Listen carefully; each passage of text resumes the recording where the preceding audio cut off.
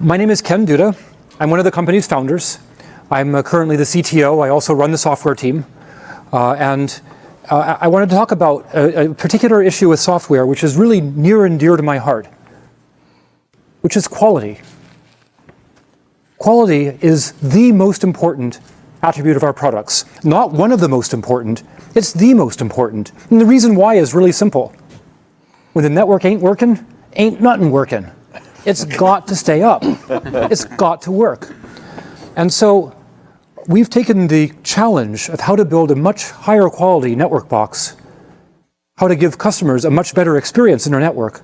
We've taken that challenge as our first priority from day one. How do you build network software that's fundamentally better? And I believe the answer has three parts. Quality comes from three places. It comes from culture, it comes from architecture, and it comes from testing. I'm going to talk about each of those three.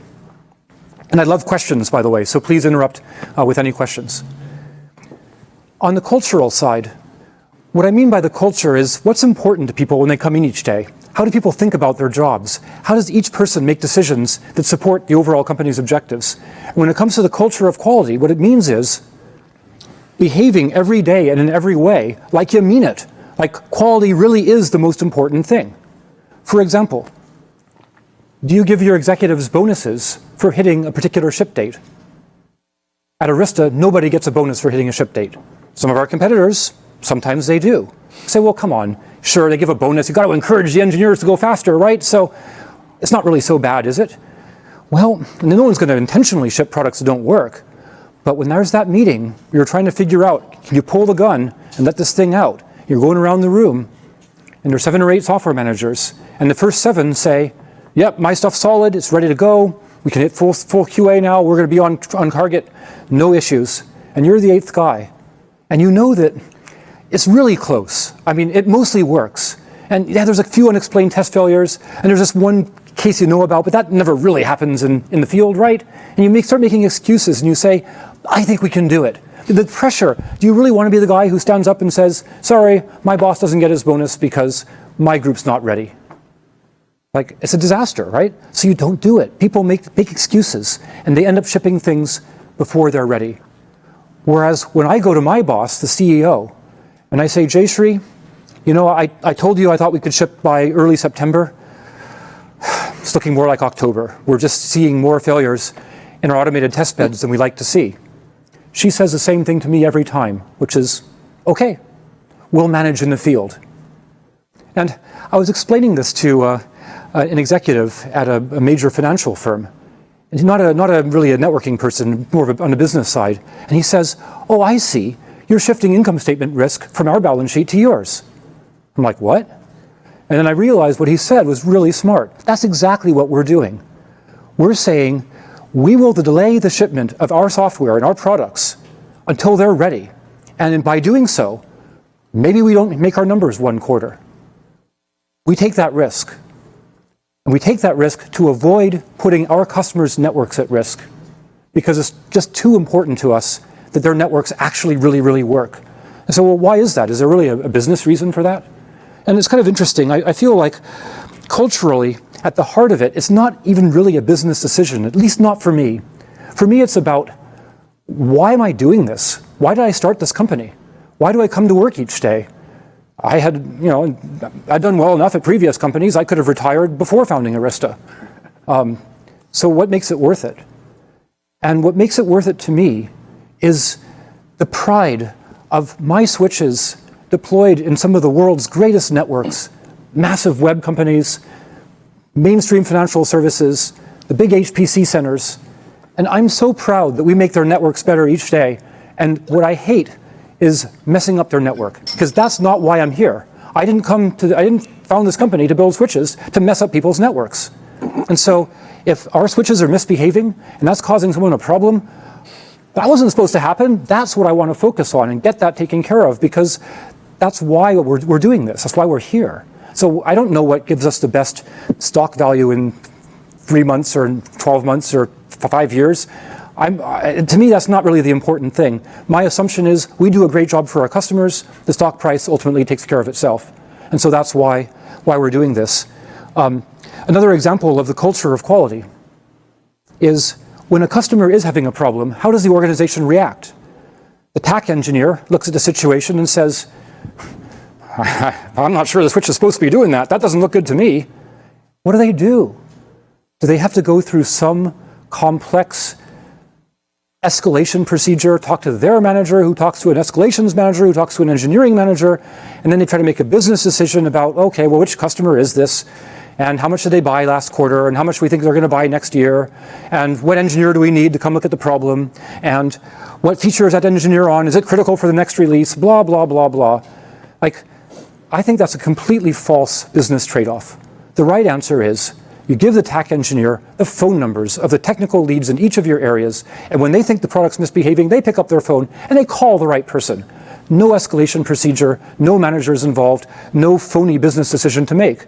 Because first, there's again the sort of the cultural reason, which is that quality is the most important thing. We need to live that every day, and this is part of it. If something's going wrong in the field, that's our priority. So it's partly for the cultural reason.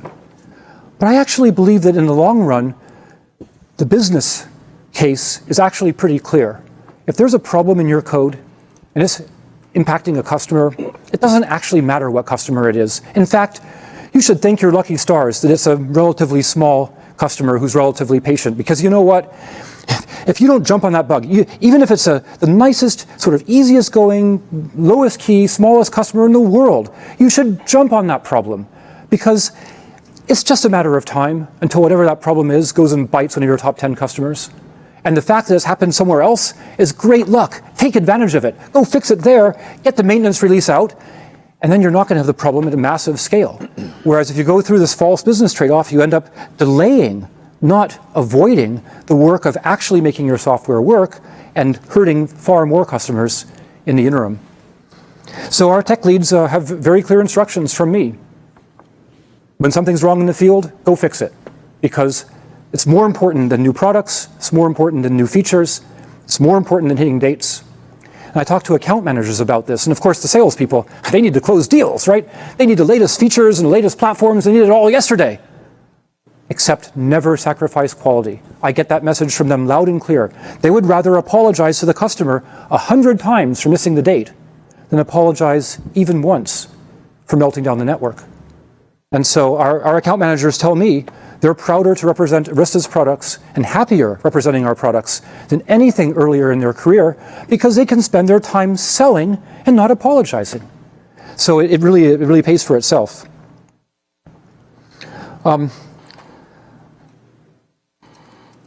So the culture of quality is really the foundation. It's really the backbone of getting to a high quality product and a high quality experience. It's just living every day as behaving 100% consistent, that getting it right, getting it working is more important than features, more important than dates, more important than shipping new platforms. And that's what we do each day. On the architecture side, there are a bunch of things we've done architecturally to lead to higher quality software. The first was just starting with the right foundation, pure Linux. Our competitors look at Linux and they say, oh, I get it. It's like VxWorks, but it's free. They miss the Unix architecture, the Unix philosophy, and the Unix community. When the first thing you do is take the kernel in and start hacking, hack out the whole network stack, hack in something else, you cut your connections to that community. You can no longer easily upgrade to the newest version of Linux. And you can no longer just take ordinary Linux software and run it on your switch. It has to be ported because the syscalls are subtly different and your environment's not really exactly quite Linux anymore. By taking pure Linux, we follow the first rule of the Unix philosophy, which is that when it comes to the kernel, if you don't touch it, you don't break it. So we keep our hands out and keep our code in user space processes where they're all individually restartable. The second thing we did architecturally is that we took the system database approach. There's a question, once you separate your code into lots of processes, how do you then coordinate those processes? And the obvious answer is, well, message passing. One process learns something, it tells another process, which does some computation and updates the third process, and so on. Message passing suffers from two really serious flaws. The first, is the restartability problem. If a process exits and restarts, how do you get that process caught back up with all the others? Maybe you can restart from a checkpoint and then replay a bunch of messages and get there eventually. And there are real systems that work that way, like journal metadata and file systems, or database redo logs and transactional database systems. But doing that in every single one of your agents or your user space processes is just it's not a good way to get your architecture onto the right foot. But even if you solve that problem, there's actually a bigger one hiding behind it, which is the update rate mismatch problem. This happens when a source of messages generates them faster than the receiver can handle them. And they start to queue up and the receiver falls behind. And the farther behind it gets, the wonkier the system behaves, until eventually you can't save up messages forever. Something's got to give. It crashes. And then the food fight starts within our competitor's engineering team, because the guys that are sending the messages say, hey, you guys got to process those messages faster. And the guys that are responsible for the code on the other side say, we're processing them as fast as we can. You guys have got to throttle back the rate you're sending them. They can't even agree on whose bug it is. And the reason is they're both right. It isn't either of their bug. The bug is in the architecture. Message passing is a flawed construct, so we don't use it. Instead, we use a database.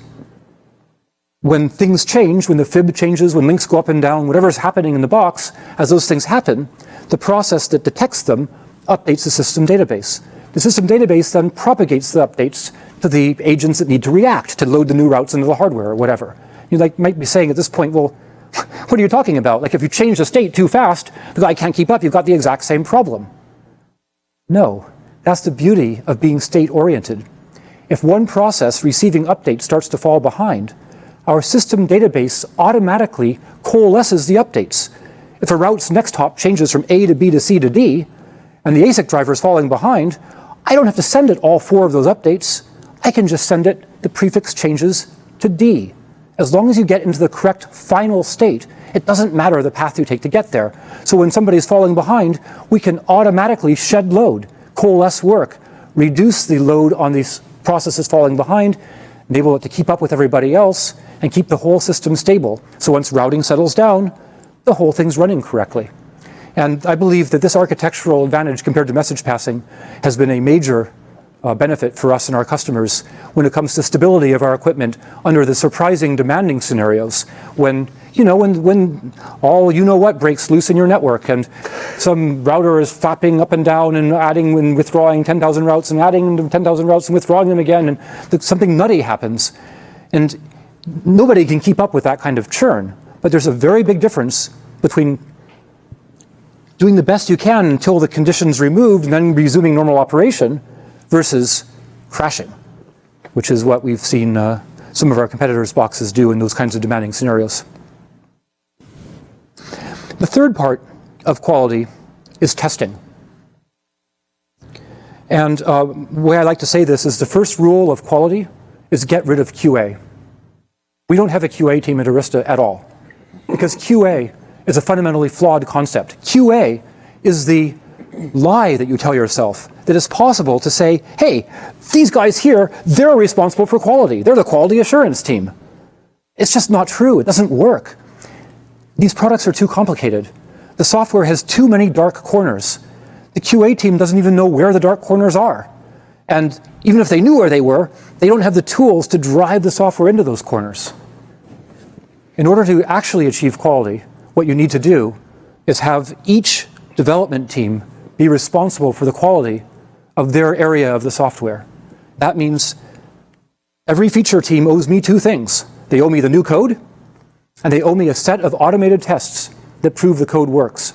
We've taken a 100% automated approach to testing from the very beginning. And the reason why we did that is actually kind of interesting. It was selfish. It wasn't for our customers. I did it for me as a software person, because I've always been a software guy. I'm a software guy at heart. And if you're a software person, you know that a major requirement in order to create great software is to refactor. Because when you first do a module, you might do a great job. It does everything you need for the first version. But then version 2 shows up. New requirements. Oh, well, I think I can fit that in here and fit that in over there. And it still hangs together pretty well. And you ship. And then comes version 3. It's like, okay, I did not know I was going to need to do that. So at that point, you need to refactor the module. But what happens in some of our competitors' environments is that you try to do that, to refactor the module, and well, let me say this differently. You're trying to do your feature, and you look at the module you're building on, and you're like, it doesn't meet my needs. It doesn't give me the right callbacks. It doesn't give me the right notifications. It doesn't have the right indices to make the right lookups or the right updates fast. Like, how are you supposed to build on this thing? And so you look at other features that are similar to yours, and you find these elaborate workarounds, shadow copies of state, parallel indices, these hacks where you say, well, I care about A, but I only get a callback on B. I know, I'll hook B and set a timer and then start polling A, and oh my God, this is the way you create software that usually works. This is not the way you create software that actually works. So what would happen to you if you try to go and fix this problem, you try to refactor that module, something really interesting happens.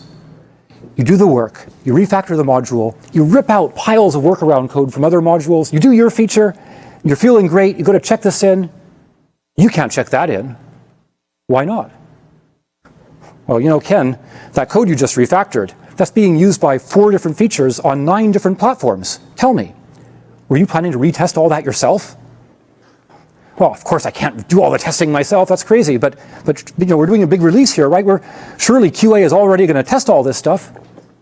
Well, back when we first developed the feature, or first shipped the platform, yeah, we did full feature test. But you know, for this release, we weren't planning on making any major changes in that area, so we thought we'd just do regression test.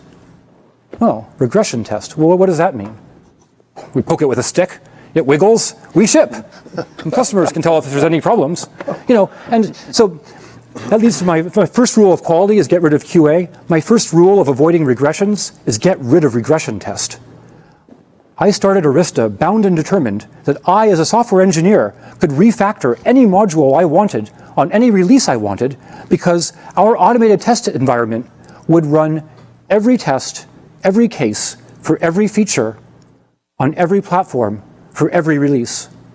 And that's what we've done. We have a data center here, another one across Central Expressway, full of equipment, running 24/7, where software decides which branch to build, which test bed to load that build onto, which tests to run on that test bed, runs the tests, puts the results in a database, matches the log against, if the test fails, matches the log against fingerprints of known failures, updates the bug, hey, happened again right over there.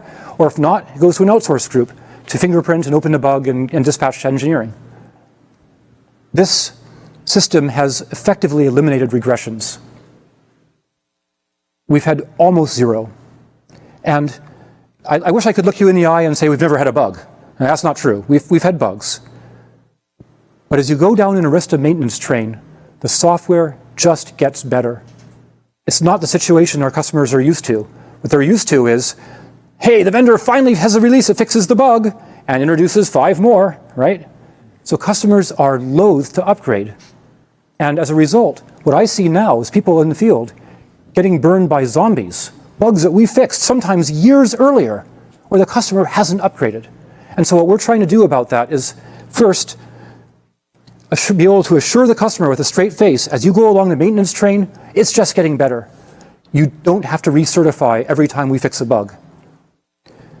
Second, make it easier for the customer to tell if they need to upgrade. So we're working on a feature that monitors your installation and figures out which known bugs apply, given the hardware models you have, the software versions they're running, and features that are enabled, and potentially other operating characteristics, and alerts the customer. These 5 bugs are present in your network. Maybe they haven't bitten you yet, but they might. Now would be a very good time to upgrade. Here's a maintenance release that has all those bugs addressed and no new exposures. And then we've got to make it easier, less painful, for customers to actually do the upgrade. Because if you've got a network ops background, trying to update the software on 1,000 switches, it's not a fun task. And that's what we're trying to do with our smart system upgrade, addressing it from 2 points of view. First, not requiring maintenance windows. You can update the software on our switches on a live network. And like Anshul showed, at the leaf, you lose 17 milliseconds. If you're using MLAG or maintenance mode, you lose exactly 0, both on the way down and on the way back up.